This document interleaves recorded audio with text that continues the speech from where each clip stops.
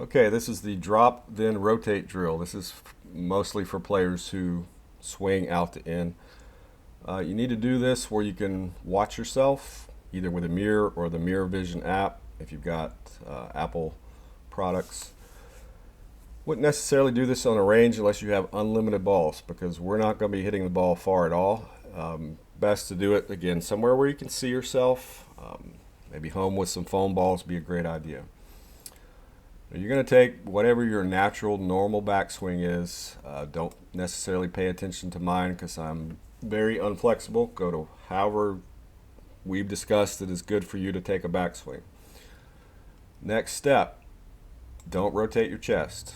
Lower the arms to about waist high. As you're watching yourself do this, pay close attention to the angle of the golf club. Okay, it should be pretty similar to what it was at address. Okay, pretty similar. So we're going to lower the arms. We're going to do this really, really slow at first because the brain has to learn. This is called chunking. You put one chunk in, start to get it memorized, then you add another chunk.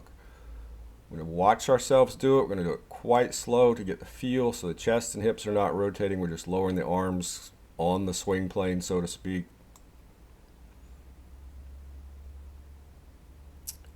Another thing to check, when you do this, look at this club face. If that club face points up at the ceiling, you know the club face is too open. Okay, that means you probably started to put flexion in the left wrist. So that club face should be looking somewhere similar to your spine angle. Okay, doesn't have to be exact, but similar. So we're going to pay attention to the shaft angle and the face because if the face gets open, the brain doesn't want to swing in to out. Now, once we understand how to do this, we're going to go back down there again.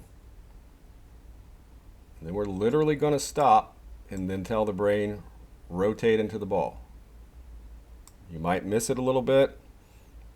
Don't worry about it. Your brain's going to start adjusting as you get used to changing the behavior in your brain of how you start your downswing.